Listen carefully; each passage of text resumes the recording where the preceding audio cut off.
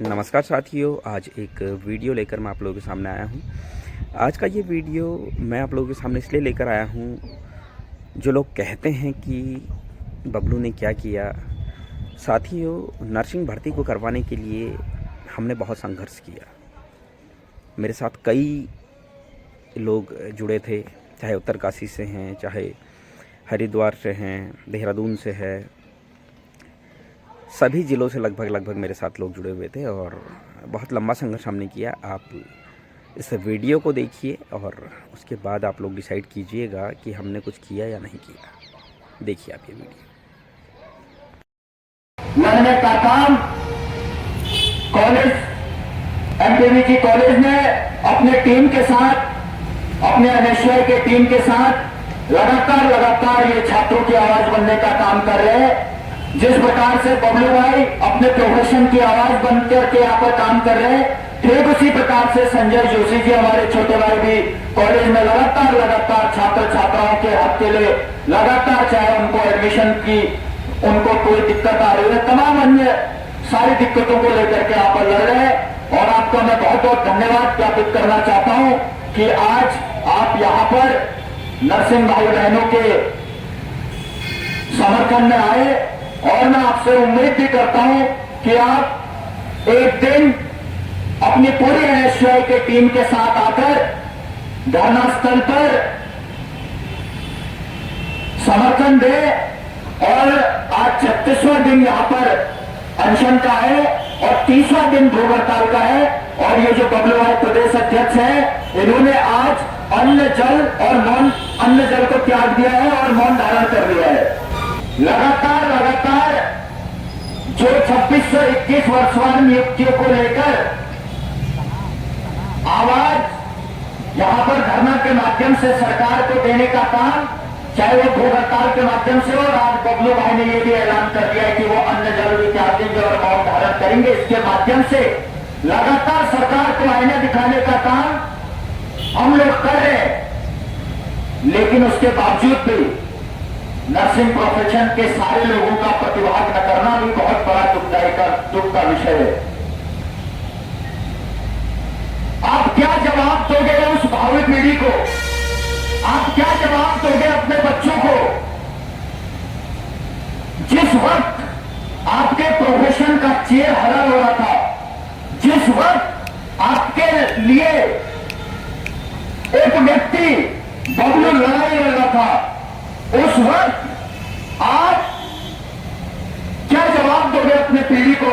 क्या आप ये कहोगे कि तुम दबा करके हम लोग भाग चुके थे वहां से? मैं आप लोगों से निवेदन करना चाहता हूं कि यहां पर आए, प्रतिवाद करें, ताकि आप अपनी भावी पीढ़ी को कह सकेंगे कि जिस वक्त यह प्रोफेशन खतरे में था, और ये आने वाले भावी इस प्रोफेशन में आने वाले लोग भी इस बात को मानेंगे, जिस तरीके से आप कह सकोगे कि जिस तरीके से उस वक्त की सरकार हमारे प्रोफेशन को खत्म करने का काम कर रहे थे, हमारे हक को, हमारे आवाज को दबाने का काम कर रहे थे, तो उस वक्त मैं मूक दर्शक बन करके सिर्फ देखा नहीं था। उस वक्त मैं एक जिम्मेदार व्यक्ति की तरह, एक जिम्मेदार इंसान की तरह आवाज उठा रहा था। जिस प्रकार से देश को आजाद करने के लिए महात्मा गांधी जी ने, सुभाष चंद्र बोस ने, जिस प्रकार से वीर भगत सिंह जी ने आवाज उठाने का काम किया था सरकार के खिलाफ, उसी तरीके से मैं भी सरकार के खिलाफ बुलंदी से अपनी आवाज उठा रहा था। ये बात को आप सीना ठोक के कह पाओगे। लेकिन यदि उसके बावजूद भी आज आप इस आंदोलन में प्रतिवाद नहीं करते, तो यह आपके लिए बड़े शर्म का विषय होगा। तो साथियों, मैं कहना चाहता हूं कि आइए। और क्या कुछ कारण है, क्या कुछ मांग? हमारा मेन मकसद था यहाँ कूच करने का। मैं पहले बता देता हूँ, यहाँ कूच करने से पहले हम माननीय नरसिंह रावत जी के आवास पर बैठे 2 घंटा हमने वहाँ धरना दिया। और धरना क्यों दिया? 2 साल पहले जो नर्सेस की भर्ती आई वो आज तक पूरी नहीं की गई। आज भी वो भर्ती जस की तस लटकी हुई है। हम उस भर्ती को पूर्ण करने के लिए नरसिंह रावत जी के आवास पर बैठे थे। उन्होंने हमें कहा आप सचिवालय जाओ, मेरे यहाँ से फाइल पास होकर चली गई है, सचिवालय जाइए, सचिवालय में सारा मामला। उसके बाद हमने सचिवालय कूच किया। सचिवालय के अंदर अभी 5 लोग गए, 5 लोगों का प्रतिनिधिमंडल किया और हमने वहाँ राधिका झा मैम से उनसे बात की। वहाँ से हमें पता चला कि ये भर्ती क्यों नहीं हो रही है। ये भर्ती इसलिए नहीं हो रही है, कुछ लोग कह रहे हैं वर्षवार, कुछ लोग कह रहे हैं एग्जाम। ऐसा नहीं है। आज सभी लोग जितने भी हैं, जितने भी नर्सिंग बेरोजगार साथी हैं, सब कह रहे हैं भर्ती हो। किसी ने नहीं कहा एग्जाम हो, किसी ने नहीं कहा वर्षवार। आज हम भर्ती कराने के लिए जुटे हैं, किसी भी माध्यम से करे। सरकार ने डिसाइड कर लिया था, सरकार ने कैबिनेट में भी ये कह दिया था कि वर्षवार हो रहा। धन सिंह रावत जी कई बार स्टेटमेंट दे दी, हमें कोई दिक्कत नहीं, हमने कहा कर दो इस भर्ती को, लेकिन वो भर्ती क्यों नहीं की जा रही है। हम आज भी ये जानना चाहते हैं, जब धन सिंह रावत जी इस चीज़ को कह चुके थे कि वर्षवार कर रहे हैं, 2621 पदों पर वर्षवार ही होगा, दूसरा कोई डिसीजन नहीं हुआ, फिर वो भर्ती क्यों लटक गई, कहाँ लटक गई और क्यों हमें इस तरीके से भटकाया जा रहा है बार बार। तो आप अंदर गए थे, क्या आश्वासन मिला? वहाँ से हमें कोई आश्वासन नहीं मिला। वहाँ से हमको ये बोला गया कि एग्ज़ाम होगा और अगर वर्षवार होगा, कोई कोर्ट चला गया, या एग्ज़ाम हुआ कोई कोर्ट चला गया, भर्ती बहुत साल लटक गई। कब होगा कुछ नहीं बताया, 15 साल भी लटक सकती है भर्ती, 20। उस संगठन से जुड़े हुए सभी लोग और यहाँ पर उपस्थित मेरे साथी लोग, आप सबको स्वतंत्रता दिवस की 75वीं वर्षगांठ की बहुत बहुत बधाई हो। और पूरे देशवासियों को, और स्पेशली उत्तराखंड की जो सरकार सोई हुई है, उसको भी मैं इस मंच के माध्यम से स्वतंत्रता दिवस की हार्दिक शुभकामनाएं देती हूँ। बहुत दुख है आज, क्योंकि बड़ा मन था कि इस आजादी दिवस के दिन हम भी अपने कार्यस्थल पर अपने साथियों के साथ, अपने मरीजों के साथ, अपने सभी अस्पताल से जुड़े हुए जितने भी लोग हैं, हम भी उनके साथ आजादी का पर्व मना रहे होते। साथियों, इतिहास गवाह है, पहले बाहर के शासक आके भारत पर शासन करके चले गए, अंग्रेज आए, वो शासन करके चले गए। आखिर क्यों, आखिर कैसे? इतिहास गवाह है, जब जब न्याय चुप रहा है तब तब अन्याय हुआ है। लता जी ने एक गीत गाया था, जब देश में थी दिवाली, वो झेल रहे थे गोली। जब भारत का नागरिक जागा और अन्याय इतना बढ़ चुका था जिसे सहन करना बहुत मुश्किल हो गया था, तब वो सड़कों पर भी उतरे, गोली भी खाई, जेल भी रहे, बहुत कुछ सहा है। और मैं समझती हूँ ये चीज आज हमसे ज्यादा बेहतर कोई नहीं समझ सकता। और आज ये स्थिति हमारे साथ भी इसलिए है क्योंकि 12 साल पहले जो हमने चुप्पी साध ली थी, आज उसी का खामियाजा यहाँ सड़क में बैठ के हम भुगत रहे हैं। अगर 12 साल पहले हमने भी आवाज उठाई होती तो आज ये दिन नहीं देखना पड़ता। साथियों, अगर हम इसी तरह चुप रहे तो आज हम सड़क पर हैं और आज से 12 साल बाद हमारी आने वाली पीढ़ी भी सड़क पर होगी। इसलिए सरकार जो सोच रही है कि हम इनका मनोबल तोड़ देंगे, तो उनको, हमारा काम है उनको नाकाम करना। इस लड़ाई को जिस तरह एक नर्स अपने कार्यस्थल पर पूरी निष्ठा और लगन से अपना काम करती है, उसी लगन और निष्ठा से हमने ये लड़ाई लड़नी है।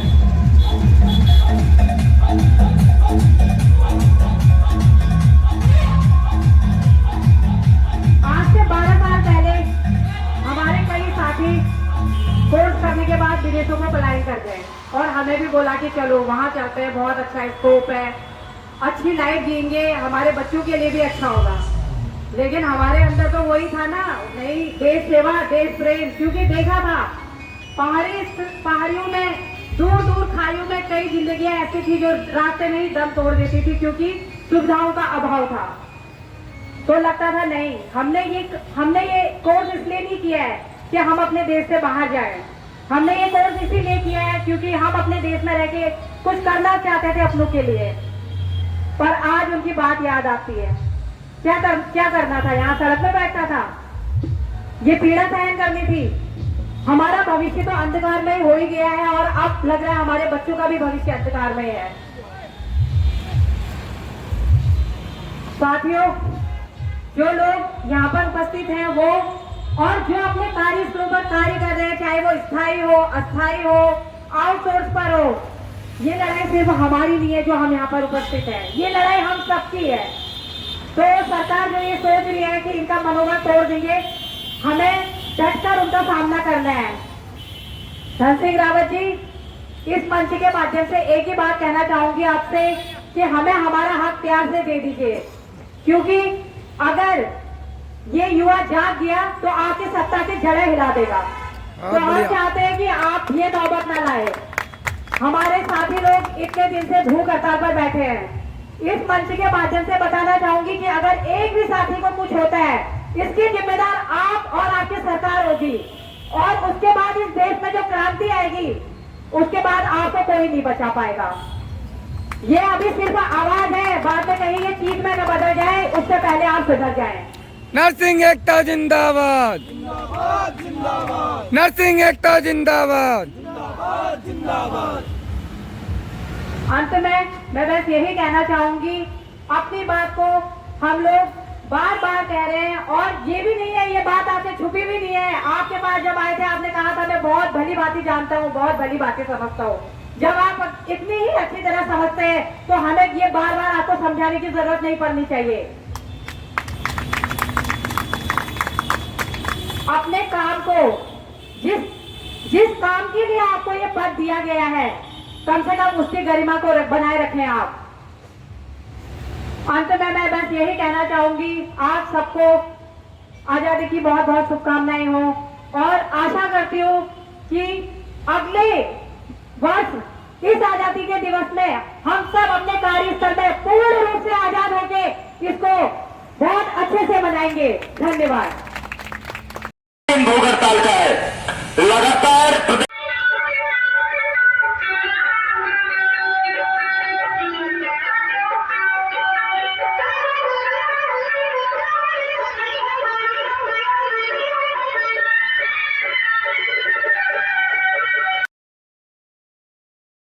नरसिंह एकता जिंदाबाद, जिंदाबाद जिंदाबाद नरसिंह एकता जिंदाबाद, जिंदाबाद जिंदाबाद नरसिंह एकता जिंदाबाद, जिंदाबाद जिंदाबाद। एक ही मांग एक ही नारा, वंशवार हो चैन हमारा, एक ही मांग एक ही नारा, वंशवार हो चैन हमारा, एक ही मांग एक ही नारा। वंशवार हो चैन हमारा। आज दो अभी दो, वंशवार नियुक्ति दो, आज दो अभी दो, वंशवार नियुक्ति दो। नहीं किसी से भीख मांगते, हम अपना अधिकार और मांगते, नहीं किसी से भीख मांगते। हम अपना अधिकार मांगते। आवाज दो, हमें आवाज दो। नरसिंह एकता जिंदाबाद, नरसिंह एकता जिंदाबाद। आज दो अभी दो, वंशवार नियुक्ति दो, आज दो अभी दो, वंशवार नियुक्ति दो, आज दो अभी दो। वंशवार नियुक्ति दो। रोजगार जो दे न सके, वो सरकार निकम्मी है, रोजगार जो दे न सके, वो सरकार निकम्मी है, जो सरकार निकम्मी है, वो सरकार बदलनी है, जो सरकार निकम्मी है। वो सरकार बदलनी है। नरसिंह एकता, जिंदाबाद, नरसिंह एकता, जिंदाबाद, नरसिंह एकता। जिंदाबाद। आज दो अभी दो, वर्षवार नियुक्ति दो, आज दो अभी दो, वर्षवार नियुक्ति दो, आज दो अभी दो। वर्षवार नियुक्ति दो।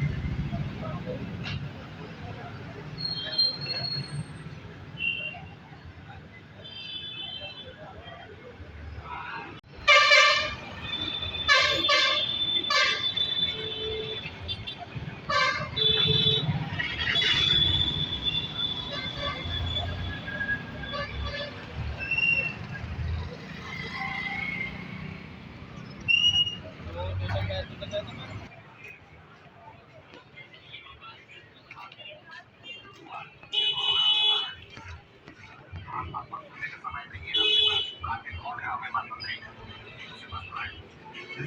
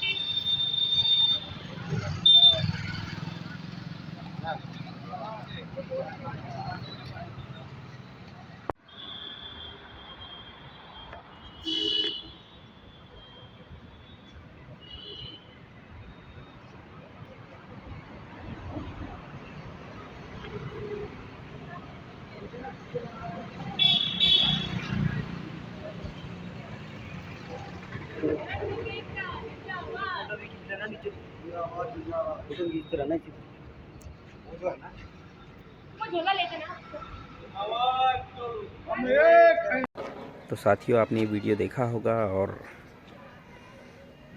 वो लोग जो पहले हमारे साथ ही एलिंग वेलफेयर नर्सेस फाउंडेशन के बैनर तले काम करते थे, आज हमें ही भला बुरा कहते हैं। खैर, कोई फ़र्क नहीं पड़ता है, लोगों का काम है कहने का।